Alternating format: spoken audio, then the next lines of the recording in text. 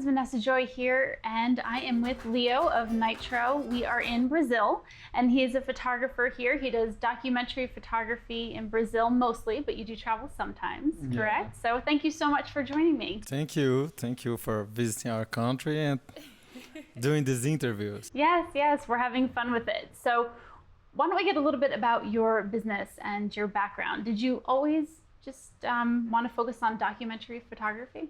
No, I started that as an assistant working with a fashion photographer, and it was like 8 months with him.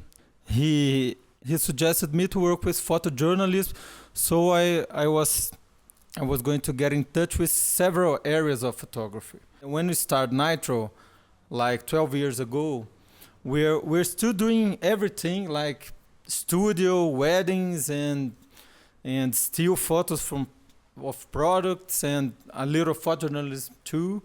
Then we start to focus in one thing. And what we like the most? Storytelling.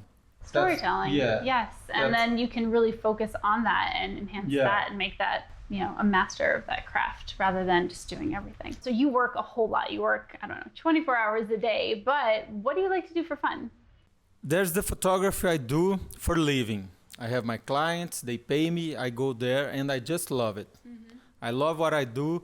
And there's the photography I do for me, that my personal projects.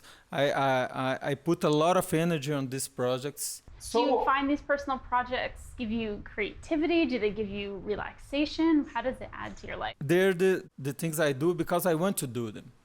I work with documentaries, so I just find these subjects that I think they are very important and stories that need to be told, and I go after them. It's good for business too, because for example, in my area, if I'm in a meeting with a client and I have my personal book to show it, most of the clients, they liked it.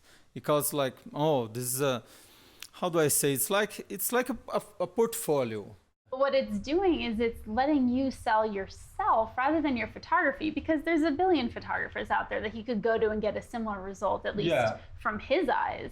But when you start telling your own story, that's a huge selling point, and he's not going to be able to get you anywhere else.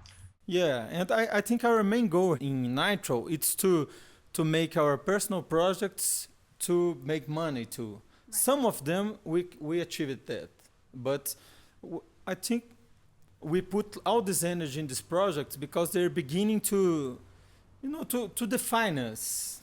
That's what most of the people that knows Nitro now, it's because our projects, more than our corporate or editorial photography.